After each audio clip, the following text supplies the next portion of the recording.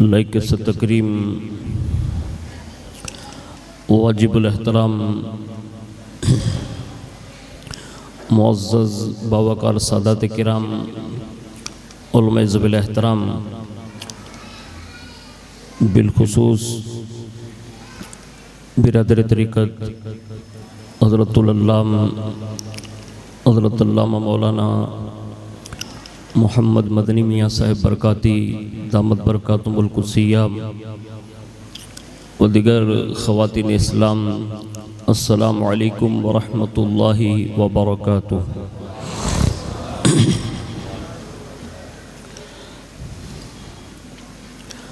الحمد للہ رب العالمین والعاقبۃ للمتقین والصلاة والسلام علی سید الانبیاء والمرسلین وعلى آلہ واصحابہ وازواجہ وذریاتہ واہل بیتہ وابنہ الغوث الاعظم الجیلانی ومعین الملت والدین وشیخ الاسلام والمسلمین اعلی الحضرت الامام احمد رضا وعلى عباد اللہ الصالحین اجمعین، اما بعد فاعوذ باللہ من الشیطان الرجیم، بسم اللہ الرحمن الرحیم۔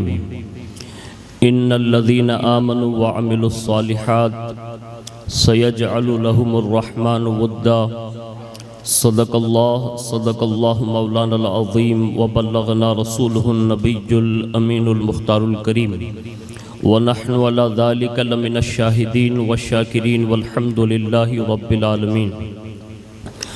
آئیے سب سے پہلے مذہب اہل سنت والجماعت یعنی کہ مسلک اعلیٰ حضرت کے قدیم دستور کے مطابق ہم سب کے آقا و مولا حضور سراپا نور سیدنا محمد رسول اللہ صلی اللہ تعالیٰ علیہ وآلہ وسلم کی بارگاہ پر نور میں جی لگا کر دل کی گہرائیوں کے ساتھ درود و سلام کی سوغات پیش فرما لیں۔ اللہم صلی علی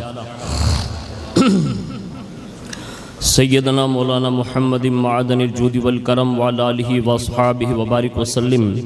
صلاۃ و سلام علیک یا رسول اللہ صلی اللہ تعالیٰ علیہ وآلہ وسلم۔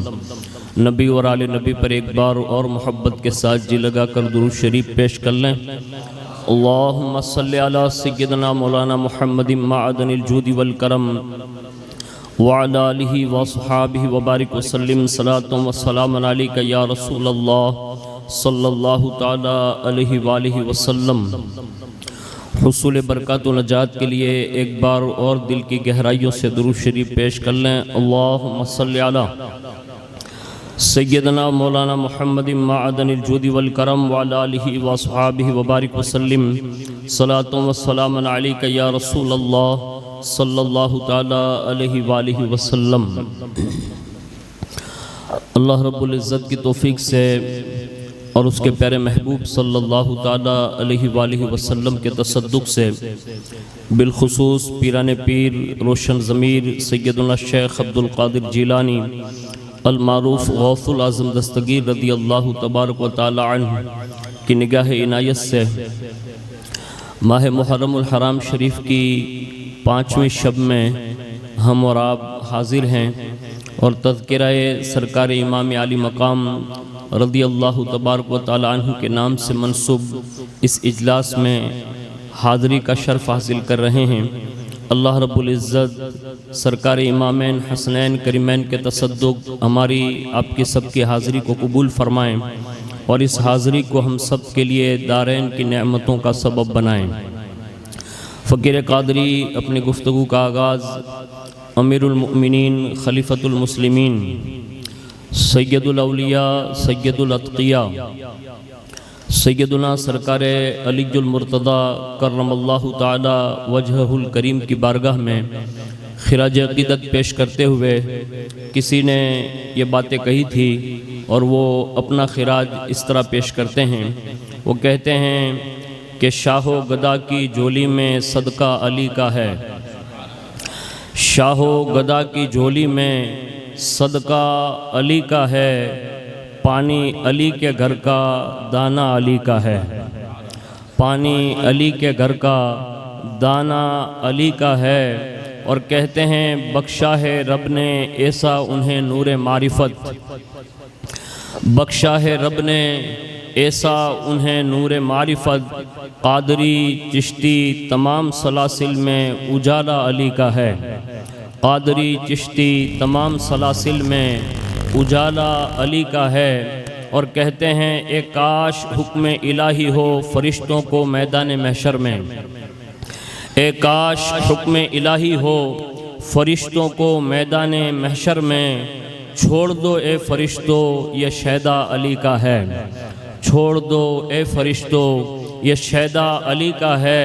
اور کہتے ہیں کاندھوں پہ مصطفیٰ نے اٹھا کر فتح مکہ کے دن، کاندھوں پر اٹھا کر مصطفیٰ نے فتح مکہ کے دن بتلا دیا سارے جہاں کو یہ رتبہ علی کا ہے، بتلا دیا سارے جہاں کو یہ رتبہ علی کا ہے۔ اور کہتے ہیں اللہ کا فضل رسول کا کرم عنایت قادریت، اللہ کا کرم رسول کا فضل عنایت قادریت، میرے گھرانے کا ہر فرد دیوانہ علی کا ہے، میرے گھرانے کا ہر فرد دیوانہ علی کا ہے۔ اور کہتے ہیں سر دے کر جان لٹا کر کربلا میں دین کو زندہ کیا، سر دے کر جان لٹا کر کربلا میں دین کو زندہ کیا، وہ خاتون جنت کا لال اور بیٹا علی کا ہے، وہ خاتون جنت کا لال اور بیٹا علی کا ہے۔ اور کہتے ہیں عدل و انصاف کا تخت ہو کہ میدان جنگ کا مار کا، عدل و انصاف کا تخت ہو کہ میدان جنگ کا مار کا، جس سمت دیکھتا ہوں روب و دبدبہ علی کا ہے، جس سمت دیکھتا ہوں روب و دبدبہ علی کا ہے۔ اور کہتے ہیں ہر میدان میں تو کامیاب رہے گا اے مسلمان، ہر میدان میں تو کامیاب رہے گا اے مسلمان، جب جب تیری زباں پہ یہ نعرہ علی کا ہے، جب جب تیری زباں پر یہ نعرہ علی کا ہے۔ اور کہتے ہیں برکاتی ہاشمی یہ نگاہ فیضان ظہیر ملت ہے، برکاتی ہاشمی یہ نگاہ فیضان ظہیر ملت ہے، کہ تیری لسان پر یہ ترانہ علی کا ہے۔ ایک مرتبہ بڑی محبت سے درود شریف پیش کر لیں، اللہم صلی علی سیدنا مولانا محمد معدن الجود والکرم وعلی آلہ واصحابہ وبارک وسلم، صلاۃ و سلام علیک یا رسول اللہ صلی اللہ تعالی علیہ وآلہ وسلم۔ میری ایک پرانی عادت ہے، اور اللہ کرے اس عادت کو اللہ قیامت تک بنائے رکھے، کہ جب بھی پانچویں شب ہوتی ہے اور ذکر علی کرتا ہوں تو ایک منقبت پیش کرتا ہوں، اور آج بھی میرا دل یہ کہتا ہے کہ میں ذکر علی کرتے کرتے منقبت کے چند اشعار آپ کے گوش گزار کرنے کی سعادت حاصل کروں گا، آپ بھی میرا ساتھ دیں گے انشاءاللہ، اس لیے کہ اس نام میں بڑی برکت ہے۔ اور اگر یوں کہا جائے تو بجا ہوگا کہ جس ہستی نے ہمیں حسین جیسا عظیم شہنشاہ عطا کیا ہے، جن کی محنتوں، جن کی تربیتوں، جن کی تعلیموں کا یہ نتیجہ ہے کہ آج جو دین ہمارے پاس ہے یہ مولا علی کے لالوں کی شہادت کا صدقہ ہے۔ تو آئیے مل کر ان کے بابا کا ذکر کرتے ہیں۔ علی علی علی علی علی علی علی علی علی علی علی علی، ایسے نہیں، اس نام میں یہ طاقت ہے کہ اگر مردے پر لیا جائیں تو مردہ بھی زندہ ہو جاتا ہے۔ ہاں، اس نام میں اتنی طاقت ہے کہ اگر آپ کسی اہل تصوف سے پوچھے جو حقیقی معنوں میں ولایت کے دروس جانتا ہو، تصوف کے درس جانتا ہو، جب ولی راہ سلوک میں قدم رکھتا ہے تو اس کے وظیفے کا نام ہے علی علی، یعنی وہ ذکر علی کرتے کرتے وہ منزل پار کرتا ہے۔ تو اللہ نے یہ محفلیں عطا فرمائی ہے، تھوڑے دیر کے لیے ہی صحیح اگر ذکر علی کر لو گے، اگر کسی ایک کا بھی ذکر کرنا قبول ہو گیا تو اللہ اس نام کی برکت سے اللہ ہمارے دلوں کو نئی زندگی عطا فرما دے گا۔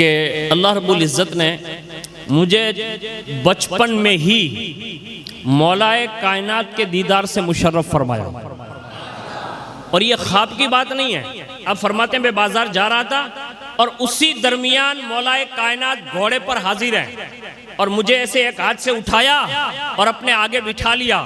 میں نے مڑ کر دیکھا اور پوچھا آپ کون ہیں؟ کہا دنیا مجھے ہی علی ابن ابی طالب کہتی ہے۔ یعنی جس سلطان باہو کو خود مولائے کائنات ملے ہو، اب وہ کتنے بڑے درجے پر فائز ہو سکتا ہے وہ آپ اندازہ لگا سکتے ہیں۔ وہ خود فرماتے ہیں، میں نے کہا کہاں لے جا رہے ہو؟ تو فرمایا رسول اللہ نے یاد فرمایا ہے۔ سیدھے سلطان باہو کو حضور کے دربار میں حاضر کیا، اور حضور نے اپنی گود میں بٹھا کر اپنی شان فیضان نبوت سے سرفراز فرمایا۔ قریب میں صدیق اکبر ہیں، فرمایا ابو بکر سلطان کو نواز۔ صدیق اکبر نے فیضان صدیقیت سے نوازا۔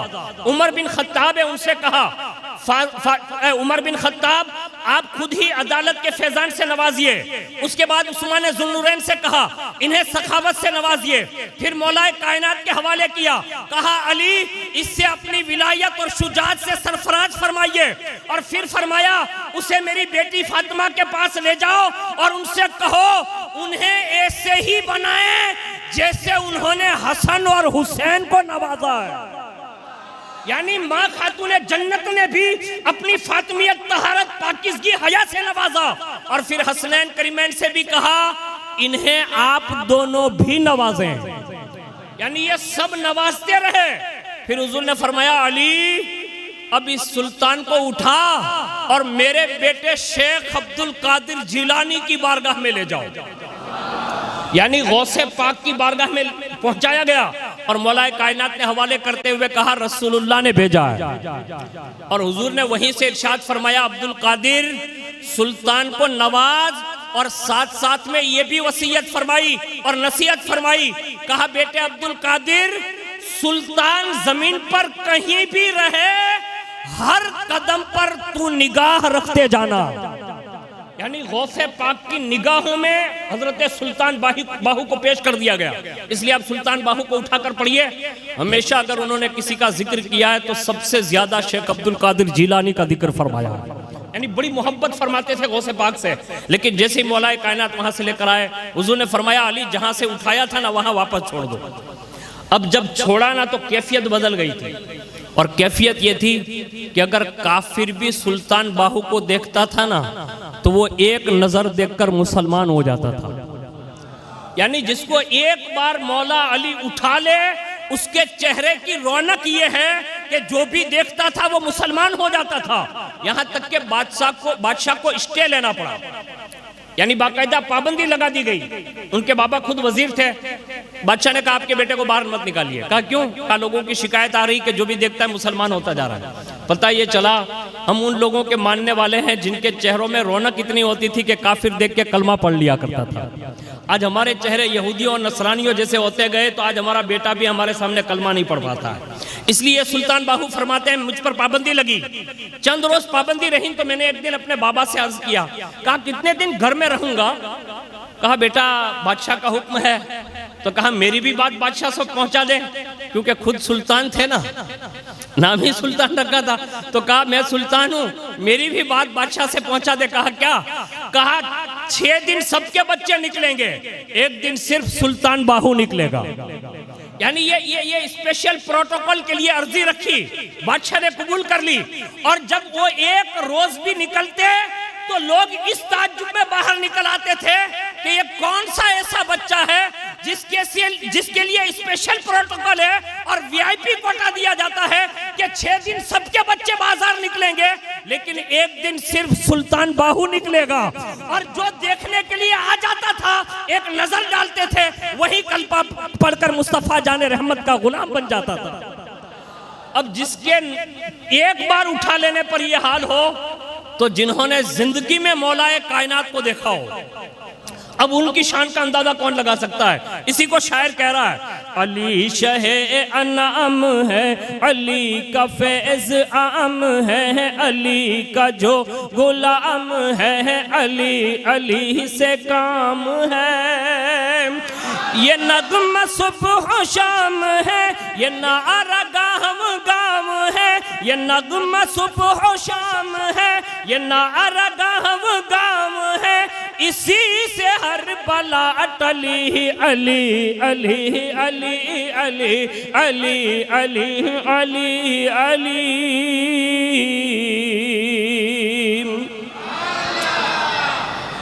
یہ اللہ رب العزت نے آپ کو یہ خصوصیت عطا فرمائی، اور بالخصوص قرآن عظیم میں حضرت امام احمد بن حنبل کے ذریعے اعلیٰ حضرت نے فتویٰ رضویہ شریف میں لکھا ہے کہ جتنی حدیثیں رسول اللہ نے فضیلت مولا کائنات میں ارشاد فرمائی، اتنی حدیثیں کسی اور اہل بیت کی شان اور فضیلت صحابہ میں بیان نہیں فرمائی۔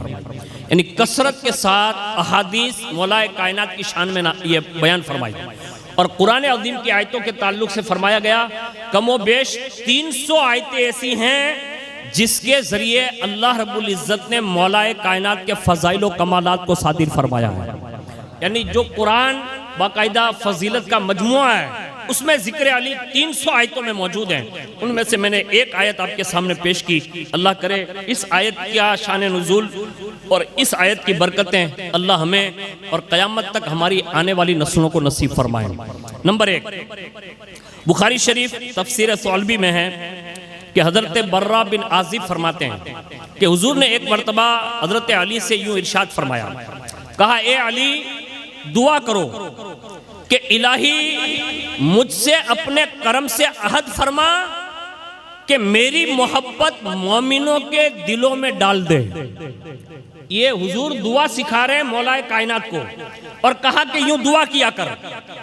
آپ رضی اللہ تعالی عنہ نے یہ دعا فرمائی، اسی وقت اللہ رب العزت نے ان الذین آمنوا وعملوا الصالحات سیجعل لهم الرحمن ودا یہ آیت نازل فرمائی، اور بعض روایت کے مطابق 300 آیتیں اسی طرح کی اللہ نے قرآن عظیم میں نازل فرمائی، جس کا یہ آیت کا شان نزول میں نے بیان کیا، اور اس کا ترجمہ یہ ہے کہ بے شک وہ جو ایمان لائے، اچھے کام کیے، ان قریب ان کے لیے رحمان محبت پیدا فرما دے گا۔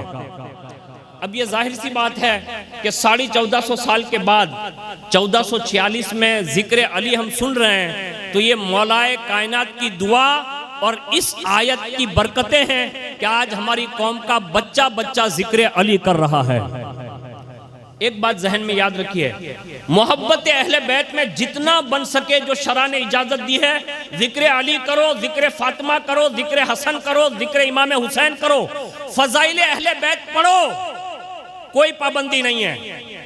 لیکن یاد رکھنا محبت اہل بیت کی آڑ میں جو یہ شیعہ رافضی یہ سب معاذ اللہ صحابہ کے خلاف بھڑکاتے ہیں، اپنی زندگی میں کبھی بال برابر بھی کسی صحابی کا بغض، حسد یا کینہ یا ان کے تعلق سے ایک جملہ بھی گرا ہوا کبھی زبان پر نہ لانا، ورنہ قیامت کے دن نہ اہل بیت کی محبت نصیب ہوگی اور نہ ہی صحابہ کی محبت۔ نعرہ تکبیر، نعرہ رسالت۔ حضرت علامہ عبداللہ صاحب قبلہ ایک مرتبہ درود شریف پڑھ لیں۔ اللہم صلی علی سیدنا مولانا محمد معدن الجود والکرم وعلی آلہ وصحابہ وبارک وسلم، صلاۃ و سلام علیک یا رسول اللہ صلی اللہ تعالی علیہ وآلہ وسلم۔ میں شکر گزار ہوں حضرت علامہ عبداللہ صاحب قبلہ مدد ذلو علی والنورانی کا کہ وہ اس محفل میں تشریف لائیں، اور دیگر علماء بھی ہمارے اسٹیج کی رونق ہے، اور سادات کرام بھی۔ اللہ تعالیٰ سے دعا کرتے ہیں کہ اللہ تعالیٰ ان نفوس قدسیہ کا سایہ تا دیر ہمارے سروں پر قائم اور دائم فرمائیں، اور اللہ ان کے بتائے ہوئے راستوں پر اللہ ہم سب کو چلنے کی توفیق عطا فرمائیں۔ ایک مرتبہ جی لگا کر اور درود شریف پڑھ لیں۔ اللہم صلی علی سیدنا مولانا محمد معدن الجود والکرم وعلی آلہ وصحابہ وبارک وسلم، صلاۃ و سلام علیک یا رسول اللہ صلی اللہ تعالی علیہ وآلہ وسلم۔ تو میں یہ عرض کر رہا تھا کہ اہل بیت اطہار کے فضائل پڑھیں، خود سنیں، دوسروں کو سنائیں، اور ان کے دلوں میں اہل بیت کی محبت پیدا کریں۔ اہل بیت اطہار کی محبت ہی ہمارے لیے ایمان کی حفاظت کی ضمانت ہے۔ حضور نے ہمیں اور آپ کو 1450 سال پہلے جو دو بھاری چیزیں عطا فرمائی، اس میں ایک قرآن ہے اور ایک اہل بیت ہے، اور ان دونوں کو حضور نے فرمایا مضبوطی سے تھامے رہنا، کبھی تم گمراہ نہیں ہو پاؤ گے۔ یعنی یہ ان کی محبت کی ضمانت دے کر ہمارے ایمان کا تحفظ فرمایا گیا۔ ان میں سے ایک ذات مولا کائنات رضی اللہ تبارک و تعالی عنہ کی ذات والا صفات بھی ہیں۔ اللہ رب العزت نے بڑے کمالات اور بڑے فضائل سے آپ کو سرفراز فرمایا۔ ان میں سے چند میں باتیں عرض کرتا ہوں۔ سب سے پہلے حضرت ابن عباس فرماتے ہیں، حب علی ابن ابی طالب تأکل الذنوب کما تأکل النار الحطب۔ فرماتے ہیں کہ مولا علی کی محبت گناہوں کو اس طرح ختم کر دیتی ہے جس طرح آگ لکڑی کو ختم کر دیتی ہے۔ یعنی یہ محبت علی کی یہ نشانی ہے کہ پھر وہ گناہوں کی طرف وہ بندہ کبھی نہیں جائے گا۔ یعنی جو مولا علی کا ملنگ ہوگا وہ نمازوں کا تارک نہیں ہو سکتا، جو مولا علی کا عاشق ہوگا وہ تلاوت قرآن کا تارک نہیں ہو سکتا، مولا علی کا جو یہ محب ہوگا اور مولا علی کا جو عاشق ہوگا وہ کبھی روزے نہیں چھوڑے گا، مولا علی کا جو عاشق ہوگا وہ مالک استطاعت ہو تو حج نہیں چھوڑے گا، مالک نصاب ہو تو زکوٰۃ دینا بند نہیں کرے گا، بلکہ ہر وہ عمل جو قرآن و حدیث کی روشنی میں اللہ اس کے رسول نے احکام نافذ کیے ہیں، ہر عمل کا پابند ہوگا، اور یہی پابندی اس سے علی المرتضیٰ تک ملا کر رکھ دے گی۔ یہ محبت علی کی نشانی ہے، اور اس کی میں ایک مثال پہلے پڑھ چکا ہوں، یعنی ابھی سلطان باہو کی بات میں نے بتا دی، لیکن ساتھ میں دیگر بندوں کی بھی باتیں بتا دوں۔ اب جن بزرگوں کا نام جانتے ہیں، یعنی بڑے بڑے جن لوگوں کے بھی آپ نام جانتے ہیں، آپ اٹھا کر دیکھ لیجئے۔ اب بڑی بات نہیں کرتا، ڈائریکٹ مولا کائنات سے محبت کرنے والوں میں اگر صحابہ میں آپ دیکھ لیں تو صدیق اکبر جیسا محب کوئی نہیں ملے گا۔ یعنی مولا کائنات سے سب سے زیادہ اگر کوئی محبت کرتا ہے تو وہ سیدنا صدیق اکبر محبت فرماتے ہیں۔ یعنی پوری امت میں سب سے بڑے عاشق اہل بیت اگر کوئی ہے تو وہ سیدنا صدیق اکبر کی ذات ہے، اور اس کی سینکڑوں مثالیں ہمارے بزرگ اور ہمارے اسلاف ہمیں سناتے رہتے ہیں۔ دوسرے نمبر پر دیکھ لیں سیدنا فاروق اعظم، تیسرے نمبر پر حضرت عثمان غنی، اور اس کے بعد ترتیب وار چلے آئے۔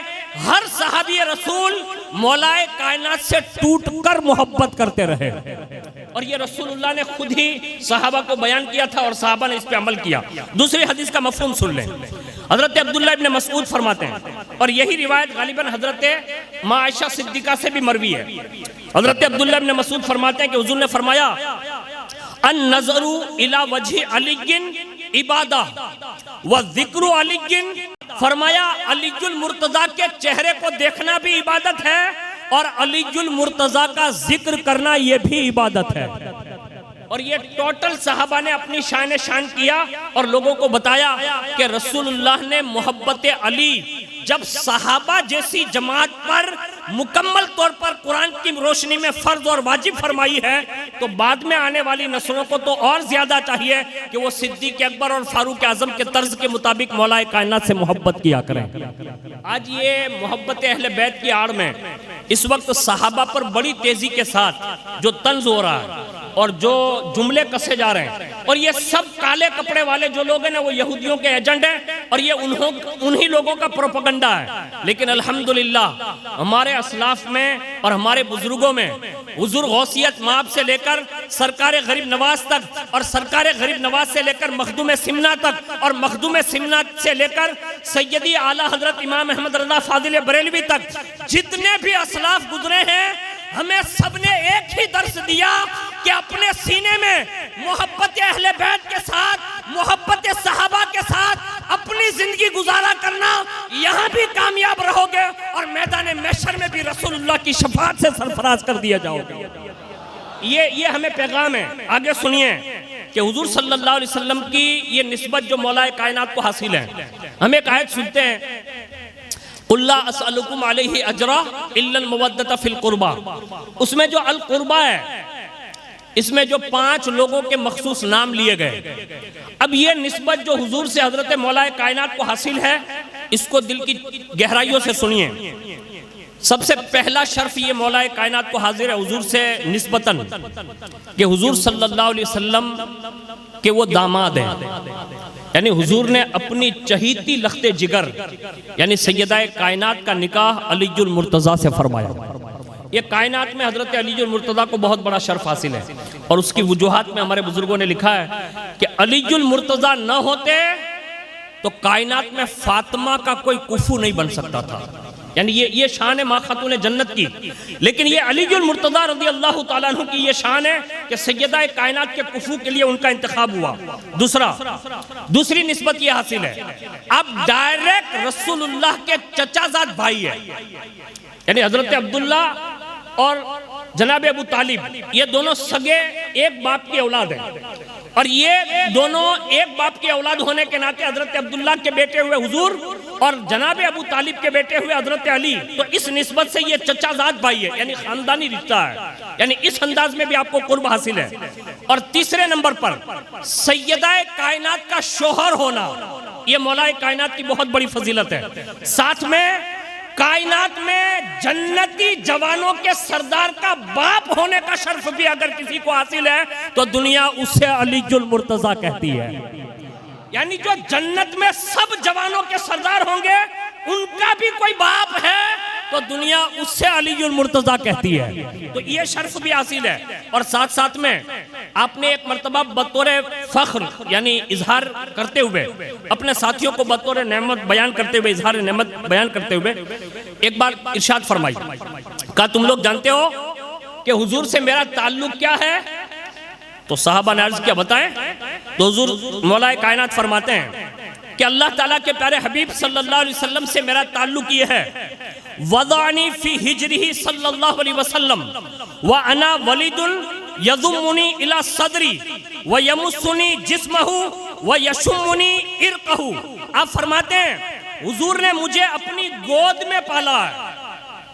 یہ حضور کی گود میں پلنا یہ سب بچوں کا کام نہیں ہے، یہ مولا کائنات کی بہت بڑی خصوصیت ہے۔ فرمایا حضور نے مجھے اپنی گود میں پالا ہے جب میں بچہ تھا، اور آپ مجھے اپنے سینے اقدس اور جسم اقدس سے لگاتے تھے، اور مجھے رسول اللہ کے پسینے مبارک کے سونگھنے کا شرف حاصل ہے، یعنی بچپن میں حضور اس طرح اپنی گود میں رکھ کر مولا کائنات رضی اللہ تعالیٰ عنہ کو پالتے تھے۔ یہ آپ نے بطور فخر جو ہے یہ بات ارشاد فرمائی۔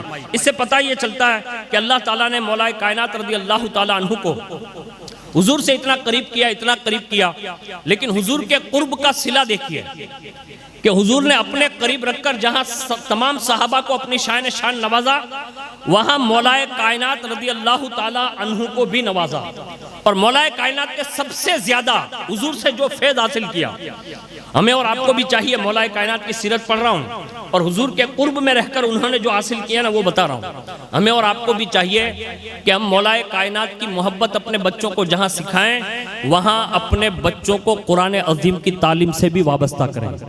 خود مولا کائنات فرماتے ہیں کہ حضور کی بارگاہ میں حاضر ہوں، مجھے حضور نے فرمایا، کہا علی یمن کے قاضی بن کر جاؤ۔ اب قاضی بننے کا مطلب آپ سمجھتے ہیں؟ جج، فیصلہ کرنے والا، اور یہ کوئی چھوٹا موٹا تو عہدہ نہیں ہے نا۔ اب گونڈل میں اتنے سارے لوگ بستے ہیں، گونڈل کے جج کو کبھی دیکھا ہے؟ دیکھا ہوگا، کسی نے دیکھا ہوگا، ہماری جو بیچارو گانڈو ہوئے تو جیل کھانے جاتا ہوئے تو فیصلہ مٹے لی جاتا ہوئے وہ جی۔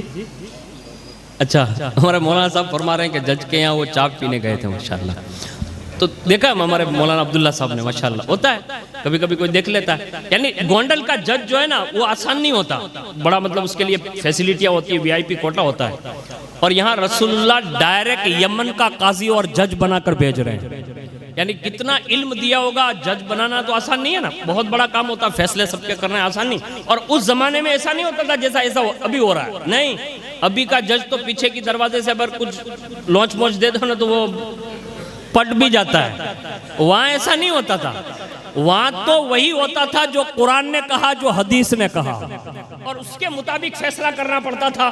پتہ یہ چلا مولا کائنات اس زمانے میں قرآن اور حدیث کے مطابق فیصلہ کرنے کے قابل تھے۔ حضور نے فرمایا یمن جاؤ، تو عرض کیا یا رسول اللہ صلی اللہ علیہ وسلم میری عمر چھوٹی ہے اور میں قضا کو کیسے جانتا ہوں، یعنی کیسے فیصلہ کروں گا، کس طرح یہ کام انجام دوں گا۔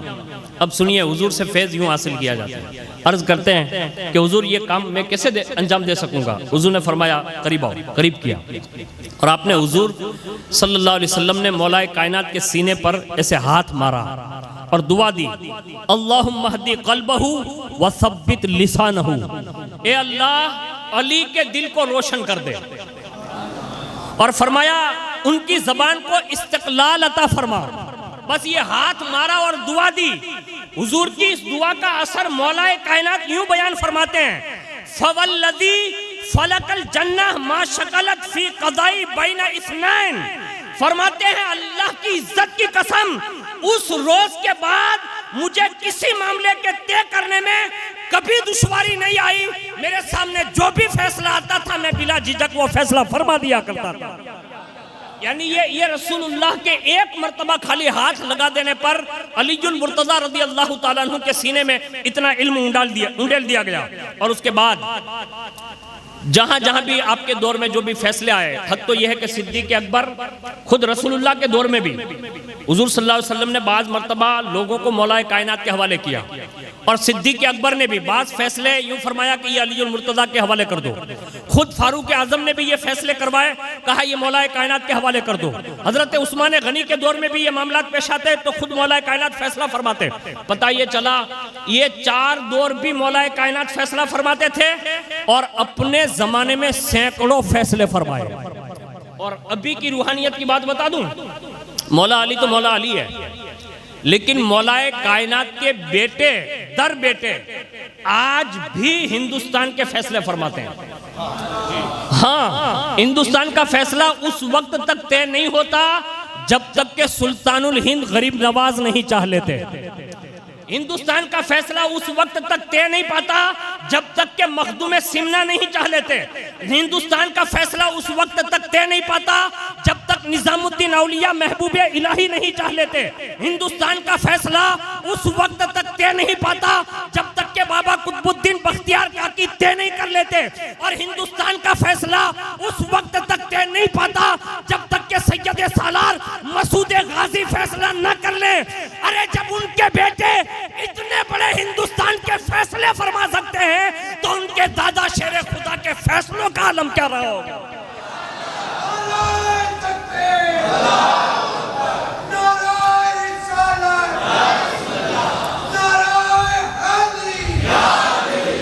اور یہ ان کے بیٹے جو ہندوستان کے فیصلے کرتے ہیں۔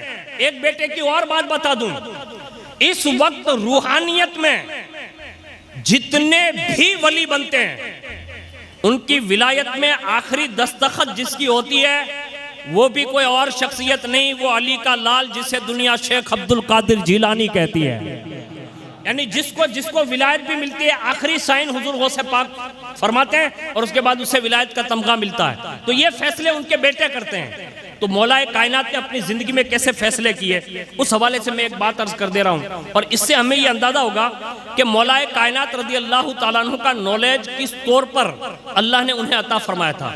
آج ہمارے یہاں سب سے زیادہ قیمت کون سے ٹیوشن کی لی جاتی معلوم ہے؟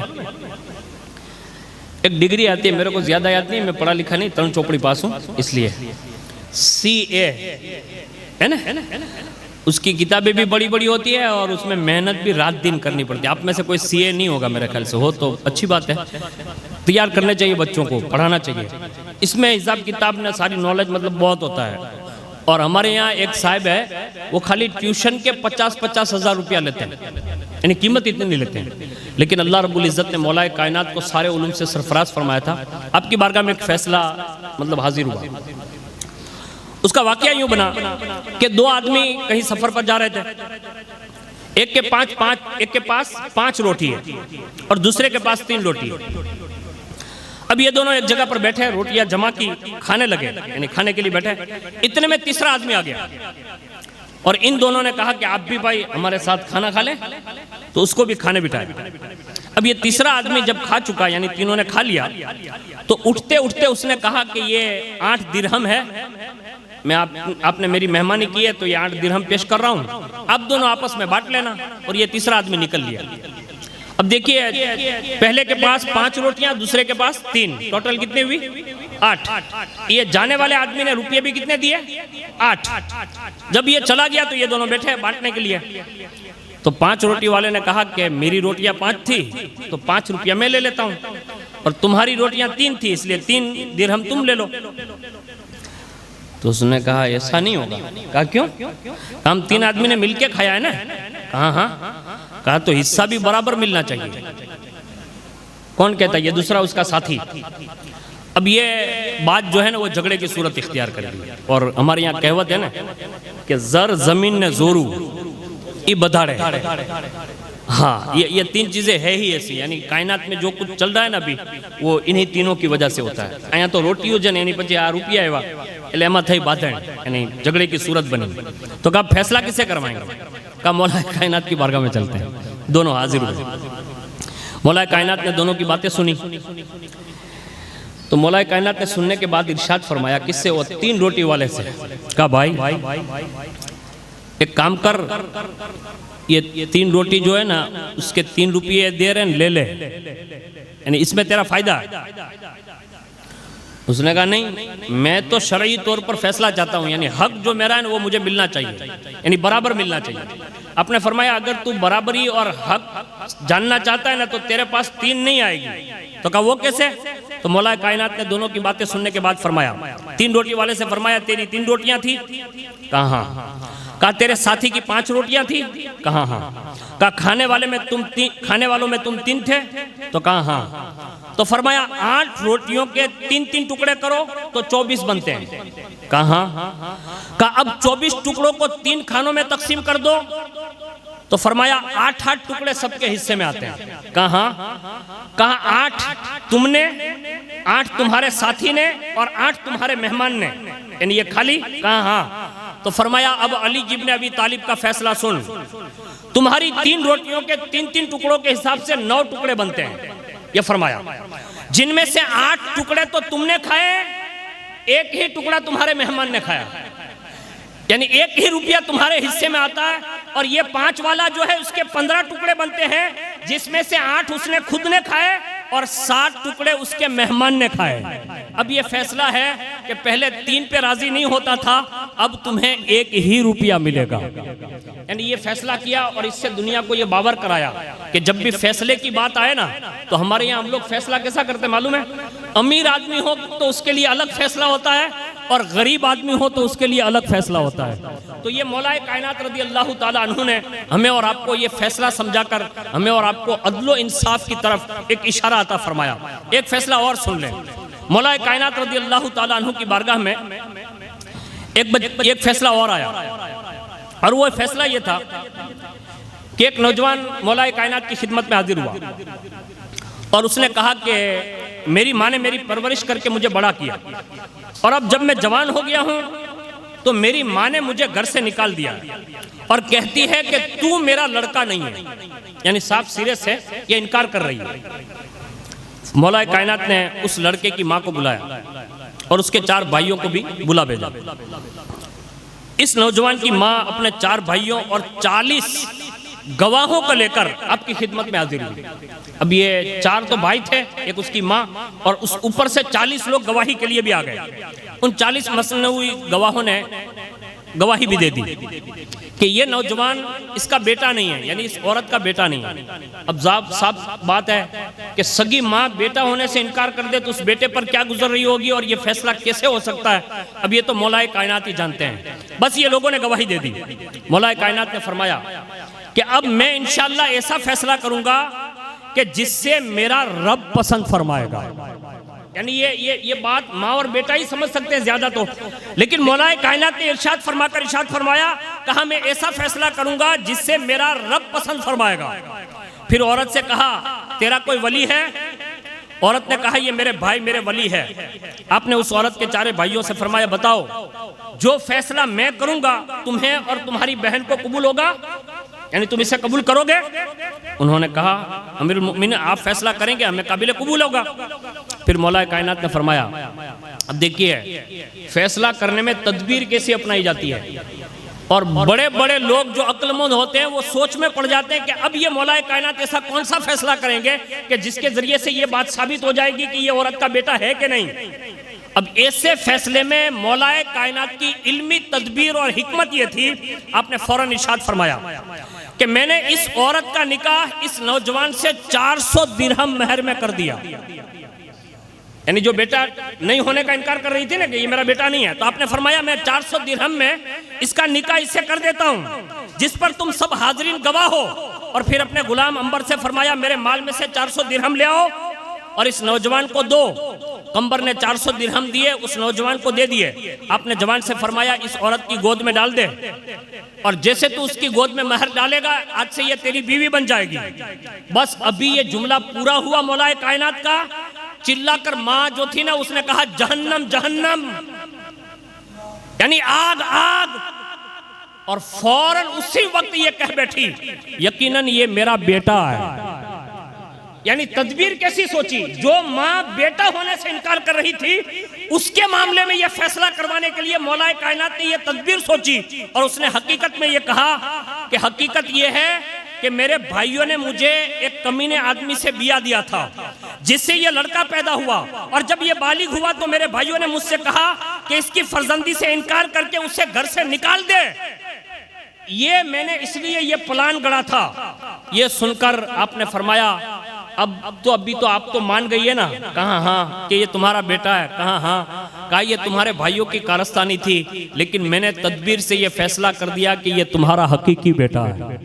یعنی یہ مولا کائنات اس انداز میں مسائل سلجھاتے تھے، اور اللہ تعالیٰ نے آپ کو یہ رسوخ عطا فرمایا تھا۔ آپ کی زندگی کے چند گوشے میں آپ کے سامنے پیش کرتا ہوں، اور اس کو اگر ہم اور آپ لے کر جائیں گے نا تو میں یہ سمجھتا ہوں کہ بارگاہ علی المرتضیٰ میں ہم اور آپ جو خراج پیش کرتے ہیں اور جو کچھ بھی خراج عقیدت پیش کر کے ان کی روح کو خوش کرتے ہیں، اور ان کی بارگاہ میں کہیں نہ کہیں ہمیں اور آپ کو جگہ مل جائیں، تو سب سے بیسٹ راستہ یہ ہے کہ مولا کائنات کی محبت کے ساتھ ساتھ ان کی زندگی کے گوشوں پر عمل کرنے کی ضرورت ہے۔ اس میں سب سے زیادہ پہلے نمبر پر مولا کائنات رضی اللہ تعالیٰ عنہ کی ایک کرامت بڑی مشہور ہے، میں اس کرامت کو بیان کرتا ہوں اور اس کے بعد نجی مولا کائنات کی جو زندگی ہے اس کے حوالے سے پیش کرتا ہوں۔ مولا کائنات کی ایک بہت بڑی کرامت جو ہمارے بزرگوں نے لکھی ہے کہ ایک رکاب میں پیر رکھتے اور پیر پلٹ کر دوسرے رکاب تک جاتا، یہاں بسم اللہ شریف سے شروع کرتے اور دوسرے رکاب میں پیر ڈالنے سے پہلے قرآن عظیم ختم فرما لیتے تھے۔ یہ مولا کائنات کی کرامت ہے، یہ سب کو نصیب نہیں، اور ہم میں سے کوئی ایسا کر بھی نہیں سکتا۔ لیکن مولا کائنات کی نجی زندگی میں یہ بیان کیا گیا ہے کہ قرآن عظیم کی تلاوت سے اتنی محبت تھی کہ مولا کائنات روزانہ 5 مرتبہ ختم قرآن فرمایا کرتے تھے۔ اب آپ خود سوچیں اور تھوڑی دیر کے لیے غور کریں کہ ہمیں اور آپ کو کیا ایسا نہیں لگتا کہ قیامت کے دن اللہ نہ کرے صدبار نہ کرے اگر مولا کائنات کی بارگاہ میں ہماری اور آپ کی سب کی حاضری ہو، اور مولا کائنات اگر یوں فرما دیں کہ میں زندگی میں اتنے سارے مصروفیات کے باوجود بھی، اتنے سارے کام ہونے کے باوجود بھی میں دن میں اور رات میں 5 مرتبہ اللہ کا کلام ختم کرتا تھا، میرے غلاموں آپ بتاؤ کہ آپ نے کتنا قرآن پڑھا؟ سوال ہو سکتا ہے۔ اس لیے ہمیں اور آپ کو چاہیے کہ ہمیں مولا کائنات کی اس زندگی کے عمل کو ہمیں اور آپ کو اپنی زندگی میں اپنانا چاہیے۔ دوسرا عمل سنیے، مولا کائنات قرآن کی تلاوت کے ساتھ ساتھ نماز سے بڑا شغف رکھتے تھے، اور کتنی عمر سے نماز معلوم؟ مولا کائنات فرماتے ہیں کہ 5 سال کی عمر میں جب میرے والد نے مجھے رسول اللہ کی کفالت میں دیا تو میں نے سب سے پہلے رسول اللہ اور حضرت خدیجہ کو نماز پڑھتے دیکھا، اور میں نے ان سے پوچھا کہ آپ یہ کیا کرتے ہیں؟ تو رسول اللہ نے فرمایا کہ میں اللہ کی عبادت کرتا ہوں، اور مجھ سے پہلے جتنے انبیاء گئے وہ بھی یہ کام کرتے تھے، اور میں انہی کے طریقے پر، میں آخری نبی ہوں تو میں اسی کا اختتام کرنے آیا ہوں، تو میں اللہ کی عبادت کرتا ہوں۔ اور ساتھ میں ارشاد فرمایا علی میں تمہیں بھی دعوت دیتا ہوں کہ تم بھی یہ کیا کرو۔ یعنی یہ بات کی طرف اشارہ، اس بات کی نشاندہی ہے کہ 5 سال کی عمر سے ہی حضرت مولا کائنات نے رسول اللہ کو نماز پڑھتے دیکھا۔ اور آگے بڑھ کر صحابہ کی کچھ روایتیں یوں ملتی ہیں کہ حرم میں سب سے پہلے حضور، حضرت خدیجہ اور ان کے پیچھے ایک غلام اور ایک بچہ کھڑا ہوتا، اور لوگوں نے بیان کیا وہ بچہ کوئی اور نہیں ہوتا تھا، وہ مولا کائنات ہوا کرتے تھے۔ اور خود مولا کائنات ایک جگہ پر ارشاد فرماتے ہیں کہ مجھے یہ شرف حاصل ہے کہ میں نے بچپن میں ہی رسول اللہ کے پیچھے نمازیں ادا فرمائی ہیں۔ تو جس کا بچپن نماز سے شروع ہو، آج ہماری اتنی ساری عمریں نکل چکی ہے، میں آپ پہ کسی پہ کوئی کومنٹ نہیں کرتا، لیکن آپ دل رکھ کر آپ خود سوچ سکتے ہیں کہ نماز اتنا اہم فریضہ ہونے کے باوجود بھی، اگر میں اپنی بات کروں تو میں حضرت 11 سال سے تقریر کر رہا ہوں الحمدللہ، اور ابھی میری کم و بیش 40 کے قریب عمر ہونے جا رہی ہے۔ اب آپ خود اندازہ لگا سکتے ہیں کہ کتنا میں نے ایک عرصے سے یہ تقریر شروع کی ہے۔ اب اس عرصے میں اگر میں یہ کہوں کہ یار 10 دن یہاں میں رکوں گا، مجھے 10 نمازی نہیں مل سکتے، تو آپ بظاہر تھوڑی دیر کے لیے ہاں بھی کر لیں گے، ہو سکتا ہے میرے جانے کے بعد آپ بند بھی کر دیں، شیطان آپ کو ورگلائے، لیکن میں آپ کو کھڑا کر کے یا سب کے سامنے خالی ہاتھ اٹھوا کر نہیں، آپ خود اپنے دل سے سوچیں کہ جس رب نے سب کچھ دیا ہو، کیا اس رب کا یہ حق نہیں بنتا کہ اس رب کے لیے کم از کم 5 مرتبہ جا کر اللہ کی بارگاہ میں سجدہ ریز ہونا چاہیے؟ حق بنتا ہے کہ نہیں بنتا؟ جب سب کچھ اسی نے دیا ہے تو ہمیں کم از کم مولا کائنات کے تذکرے سے سننے کے بعد ہمیں اور آپ کو نماز سے شغف ہو جانا چاہیے۔ اور جو لوگ نماز نہیں پڑھتے نا، دنیا میں آپ کہیں چلے جائیے، میں یہ نہیں کہتا ہرگز کہ کسی ولی کا فیضان نہیں ملتا، میں یہ نہیں کہتا کسی نبی کی دعا میں آپ کو مطلب یہ فیضان نہیں ملے گا، یا کسی پیران اعظم یا عالم دین کی دعا میں فیضان نہیں ملے گا۔ خود رسول اللہ یہ بات ارشاد فرماتے ہیں کہ جو شخص نماز کی پابندی نہیں کرتا، اللہ ہر صالحین کی دعا سے اس کا حصہ نکال دیتا۔ یعنی اگر آپ نمازی نہیں ہیں تو کسی دعا میں بھی آپ کا حصہ ہوتا ہی نہیں ہے۔ اب آپ اپنا کتنا بڑا نقصان کر رہے ہیں آپ خود سوچ سکتے ہیں۔ دوسرا نقصان بتا رہا ہوں، اگر آپ نمازی نہیں ہیں تو فجر گئی، آپ کا نام ایک بار جہنم کے دروازے پہ لکھا جاتا ہے، ظہر گئی، آپ کا نام جہنم کے دروازے پہ لکھا جاتا ہے، عصر گئی، آپ کا نام جہنم کے دروازے پر لکھا جاتا ہے، مغرب گئی، آپ کا نام جہنم کے دروازے پر لکھا جاتا ہے، عشاء گئی، آپ کا نام جہنم کے دروازے پر لکھا جاتا ہے۔ اب آپ اپنے سالوں کا حساب لگا لیجئے کہ روزانہ 5 مرتبہ آپ کا نام جہنم کے دروازے پر لکھا جاتا ہے۔ اور حدیث شریف کا مفہوم ہے جس کا نام جہنم کے دروازے پر لکھا جاتا ہے اللہ اسے جہنم میں ڈال دے گا۔ اب خود سوچئے، تھوڑا غور کیجئے، یہ کوئی مولانا کی مطلب یہ پروٹوکول کے لیے نہیں کہہ رہا ہوں کہ آپ جائیں گے تو ان کی تنخواہ بڑھ جائے گی، ایسا کچھ ہونے والا نہیں ہے۔ آپ جائیں گے تو خالی بس یہ ان کو یوں لگے گا اور علاقے والوں کو یوں لگے گا کہ مولانا عبداللہ صاحب نے بڑی محنت، اس لیے نہیں کہہ رہا ہوں، آپ پر یہ فرض ہے، اور یہ کسی صورت میں اللہ نے معاف رکھی نہیں ہے، سوائے چند مسائل ایسے ہیں جہاں معاف ہے، اور یہ کسی کو بھی معاف نہیں ہے، اس کو یاد رکھیے آپ۔ رسول اللہ پر 5 نہیں 6 وقت کی نماز فرض ہے، یعنی جو اللہ کے حبیب ہیں ان پر بھی نماز فرض ہے۔ اب آپ سوچ سکتے ہیں کہ آپ نمازیں چھوڑ کر اپنا کتنا بڑا نقصان کر رہے ہیں، اور اس سے بھی بڑا نقصان ایک اور بتاؤں، آپ پوری امت کی خیر خواہی سے محروم رہتے ہیں۔ آپ کہیں گے کہ برکاتی یہ کہاں سے تو نے نسخہ نکال دیا؟ میں آپ کو نماز سے ثابت کر کے بتاتا ہوں۔ ہم لوگ جب آخری قاعدہ کرتے ہیں نا ہر نماز میں، آخری قاعدے میں ایک دعا ہے جسے دعائے مغفورہ کہا جاتا ہے، اللہم اغفر لی ولی والدی ولمن توالدا ولمن توالدا ولی استادنا ولی مرشدنا ولی تلامیذنا ولی جمیع المؤمنین والمؤمنات والمسلمین والمسلمات الاحیاء منہم والاموات انکا مجیب الدعوات۔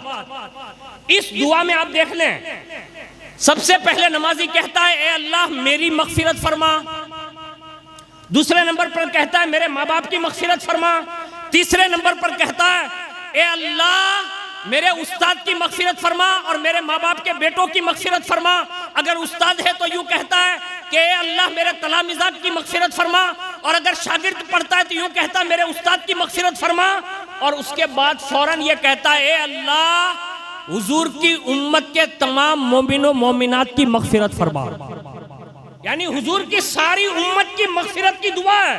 اور اس میں زندہ بھی شامل ہیں اور مرنے والے بھی شامل ہیں، اور یہ ساری امت کی مغفرت کی دعا کا جو معاملہ ہے نا، یہ پلٹ کر اللہ اس نمازی کو اتنی بڑی تعداد میں ثواب عطا فرماتا ہے۔ اب آپ سوچ لیں کہ 5 وقت کی نماز نہ پڑھ کر آپ ساری امت کی مغفرت کی دعا سے محروم رہ جاتے ہیں۔ اس لیے اپنا نقصان نہ کیجئے، بلکہ مولا کائنات کی نماز کی محبت کو سن کر آج سے اپنے لیے تہیہ کر لیجئے کہ انشاءاللہ امام حسین کی روح کو راضی کرنے کی نیت سے انشاءاللہ جتنا بن سکا ہم اپنے علاقوں کی مسجد کو انشاءاللہ آباد کریں گے۔ ابھی ہمارے اور آپ کے سر پر ایک مصیبت منڈلا رہی تھی، اور باقاعدہ وہ منڈلا ہی رہی ہے، وہ غائب نہیں ہوئی۔ یہ اور بات ہے کہ سوشل میڈیا دکھا نہیں رہا۔ فلسطین غزہ تباہ ہو گیا ہے نا۔ اب ٹارگٹ کیا ہے اب جانتے ہیں؟ سیدھا بیت المقدس ہے، یعنی ڈائریکٹ قبلہ اول پر حملہ ہونا ہے، اور باقاعدہ اس کے خلاف پورے پلاننگ بن چکے ہیں۔ اگر غزہ اور فلسطین پر، اس میں ایک ویڈیو وائرل ہوا تھا، مسجد کے منارے سے اللہ اکبر کی اذان گونجی اور وہیں بم پھٹا، یعنی باقاعدہ مسجد تباہ کر دی گئی۔ میں کہتا ہوں اگر فلسطین اور غزہ کی مسجد کو بم سے اڑتے ہوئے دیکھ کر تمہاری آہ نکلتی ہے، تو میں آپ سے پوچھتا ہوں کہ وہاں کی مسجد کے لیے آہ نکالنے والوں، تمہیں روزانہ 5 مرتبہ حی علی الصلاۃ کہہ کر تمہاری مسجد میں بلایا جاتا ہے، کیا آپ نے لبیک کہہ کر اس مسجد کے لیے حاضری دی؟ نہیں۔ تو ہم کون سی آہیں نکال رہے ہیں؟ خدا را کوشش کیجئے، یہ دنیا اس بات کو باور کر چکی ہے کہ جو قوم اپنے علاقے کی مسجد میں نہ جا سکے وہ بیت المقدس کو بچانے کے لیے غزہ اور فلسطین پہنچیں گے۔ اس لیے ہمیں یہ باور کرانا ہوگا، اور بڑی تعداد میں ہمیں مسجدوں کو آباد کرنا ہوگا۔ ہم صرف یہود و نصارہ کی طرح خالی 8 دن میں مسجد میں جانے کے عادی نہ بنے، بلکہ زندگی میں جتنا بھی اللہ موقع دے ہر 5 وقت کی نماز میں جائیں، اور جو رب کی بارگاہ میں جھکنا سیکھ جاتا ہے قدرت اس سے بلندیاں عطا فرماتی ہے۔ اور اس کے لیے میں مولا کائنات کو پیش کر رہا ہوں، کتنی اچھی نماز پڑھتے تھے اور کتنی گہرائی سے خشوع اور خضوع کے ساتھ نماز پڑھتے تھے۔ ایک موقع آیا جنگ کا، غالباً غزوہ احد ہے، اور غزوہ احد میں آپ کے پیر مبارک میں تیر لگ گیا، اور اتنی سختی کے ساتھ وہ لگا تھا کہ اس کو نکالنے کی کوشش کی گئی، تو آپ نے فرمایا رہنے دیجئے، یہ مت نکالیے۔ کہا کیوں؟ کہا اتنی تکلیف ہے کہ اس کو کوئی چھوتا ہے نا تو اتنی تکلیف ہوتی ہے، آپ اس کو رہنے دیں۔ یعنی مولا کائنات نے خود تیر نکالنے سے ممانعت فرما دی، اور پھر ارشاد فرمایا اگر اس کو نکالنا ہی ہے، یہ مولا کائنات کا قول ہے، فرماتے ہیں جب نماز میں شریک ہو جاؤں، یعنی نماز پڑھنے لگوں، تو فرمایا میرا تیر نکال لینا۔ یعنی نماز سے باہر ہے تو تیر تکلیف دے رہا، اب کتنی خشوع اور خضوع کے ساتھ نماز ہوگی، فرمایا جب نماز میں شریک ہو جاؤں تو نکال لینا۔ سب صحابہ رک گئے، تیر نکالا نہیں، اور جیسے آپ نے نماز میں مطلب شرکت کر لی، اسی وقت باقاعدہ وہ تیر نکال لیا گیا۔ جب نماز پوری ہوئی تو باقاعدہ آپ کے مطلب پیراہن میں اور جہاں بھی تیر لگا تھا وہاں سے خون نکل آیا۔ نماز سے جیسے سلام پھیرا، آپ فرماتے ہیں آپ نے کب نماز کے اندر تیر نکالا مطلقاً مجھے پتہ نہیں چلا۔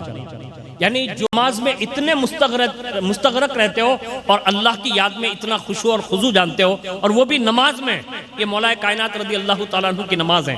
ایک نماز اور عرض کر دیتا ہوں، مقام صحبہ پر مولا کائنات کو حضور نے بلایا اور فرمایا، کہا علی فلاں کام کے لیے بھیجا، اور اس کے بعد جیسے وہاں سے واپس پلٹے تو حضور نے نماز عصر ادا فرما لی، فرمایا علی بیٹھ جاؤ۔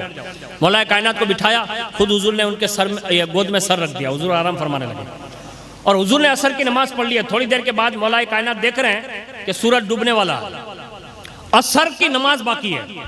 توجہ دیکھیے، ایک نظر مولا کائنات سورج کو دیکھتے تھے اور ایک نظر رسول اللہ کے چہرے کو دیکھتے تھے، اور فیصلہ یہ مطلب خود پر چھوڑا، یعنی دل پر، اور خود سے کہتے ہیں علی حضور آرام فرما رہے ہیں، اٹھاتا ہوں تو بے ادبی ہے، اور اگر نہیں اٹھاتا ہوں تو عصر جیسی اہم نماز جا رہی ہے۔ اب فیصلہ دل پر چھوڑا اور کہا کہ علی کیا کرنا چاہیے؟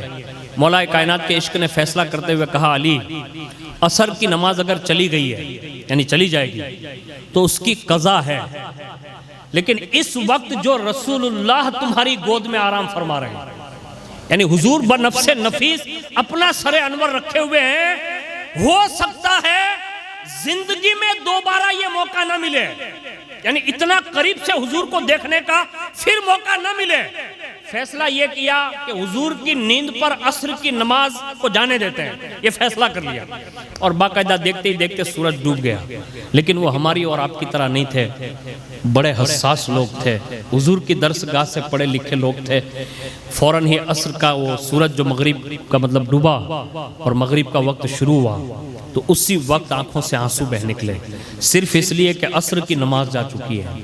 اب یہ جملہ جو میں کہہ رہا ہوں نا کہ عصر کی نماز جا چکی ہے اور مولا کائنات رونے لگے۔ آج ہم ہر چیز پر روتے ہیں، ہماری نمازیں جا رہی ہیں، ہم کبھی نہیں روئے۔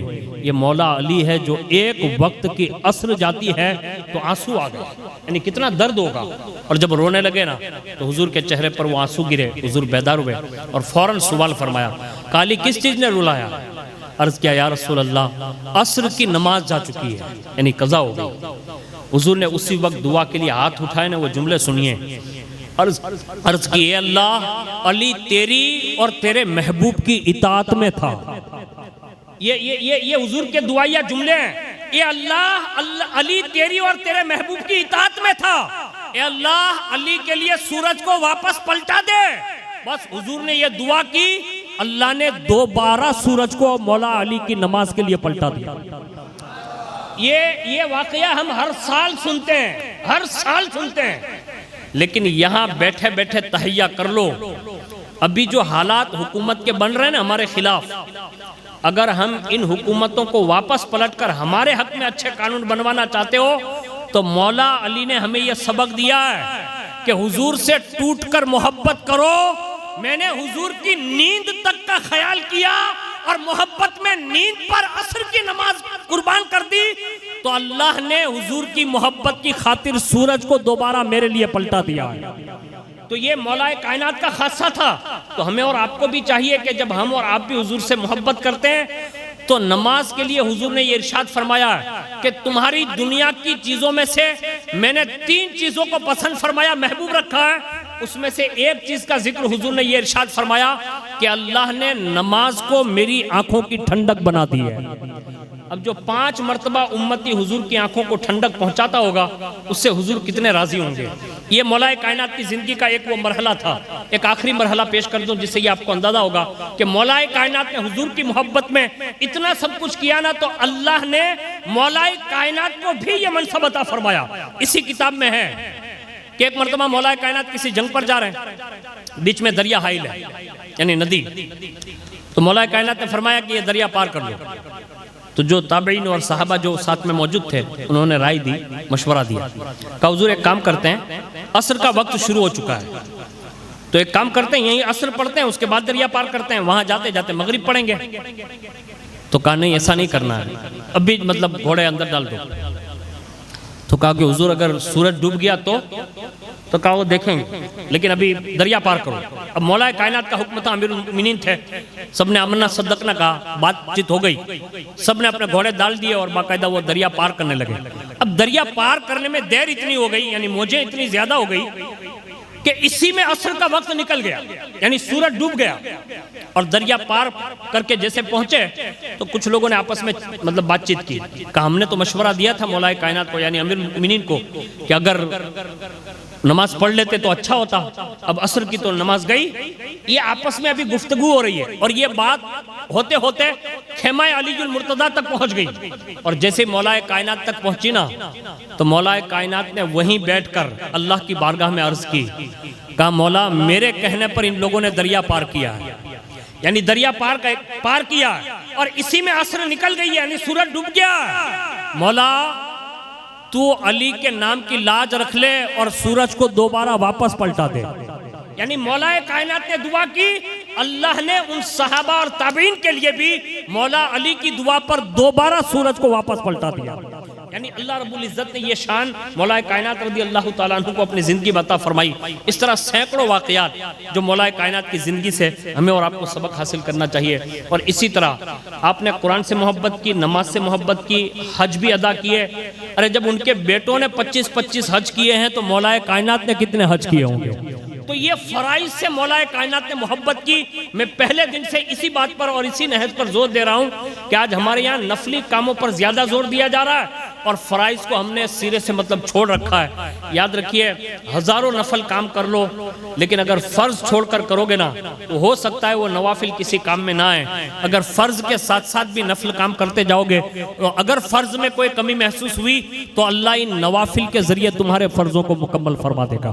اسی طرح مولا کائنات کی پوری زندگی تصوف کا آئینہ دار ہے، ظاہری علوم سے بھی سرفراز ہے، باطنی علوم سے بھی سرفراز ہے، اور اتنا حضور نے نوازا تھا، اتنا نوازا تھا کہ برسر منبر کسی صحابہ کرام میں سے کسی کی جرت نہ ہوتی تھی جو یہ کہتے ہو کہ مجھ سے جو کچھ چاہے پوچھ لو، میں زمین سے زیادہ آسمانوں کے راستے زیادہ جانتا ہوں۔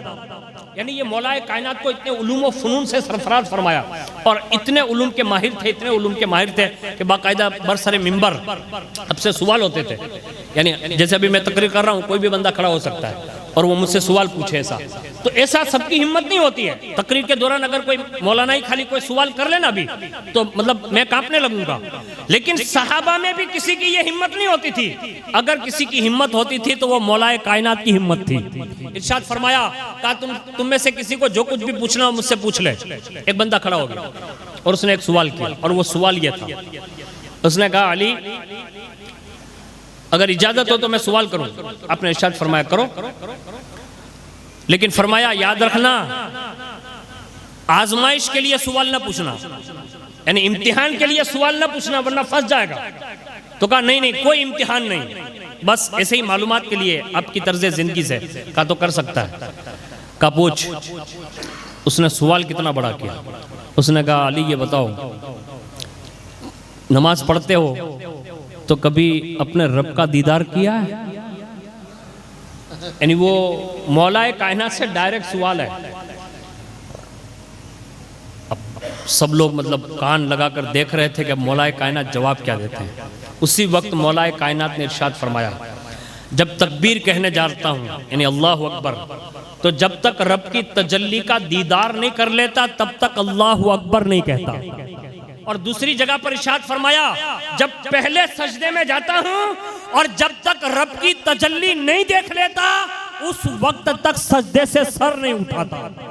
یعنی جس کی نماز یہ ہو ان کے بیٹے جب کربلا پہنچتے ہیں نا تو پھر ان کا آخری سجدہ جو ہے نا وہ سب کے سجدوں کی لاج رکھتا ہے۔